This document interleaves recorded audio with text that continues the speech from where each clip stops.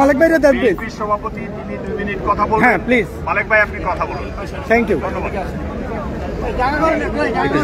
ভাই একটু স্পিড হই আমরা, প্লিজ প্লিজ একটু বড় হই মালিক ভাই, একটু ওখানে করতে হবে প্লিজ, আমরা একটু স্পিড হই।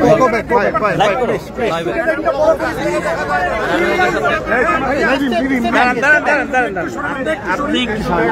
আপনি আমরা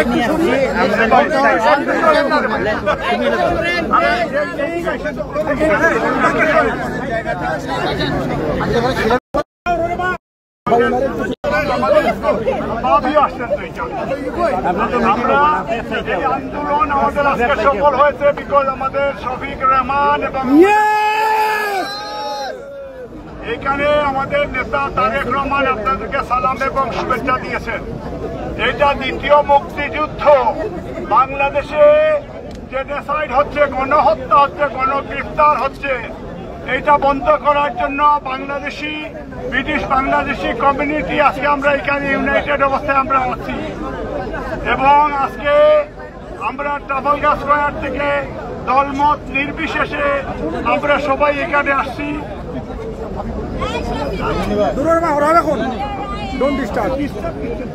মালিক ভাই ক্যারি অন, মালিক ভাই প্লিজ ক্যারি অন।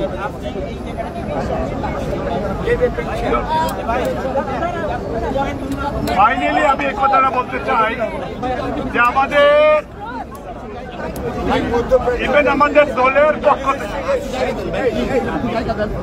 আমাদের দল বিদেশ থেকে আমাদের আইফোন আসছেন, আমাদের ভাবি এই 3জন কৃতি সন্তান আমাদের তাদের এখানে উপস্থিতি হওয়া আমাদের আন্দোলন আজকে সফল হয়েছে ইনশাল্লাহ। হাসিনার পতন হয়ে যাবে এই 2-3 দিনের ভিতরে হয়ে যাবে ইনশাল্লাহ। হাসিনা ভারতে যাওয়ার সুযোগ পাবে না ইনশাল্লাহ। আগামীকালকে বাংলাদেশ হাই কমিশনার ঘেরাও করা হবে, আপনারা উপস্থিত থাকবেন।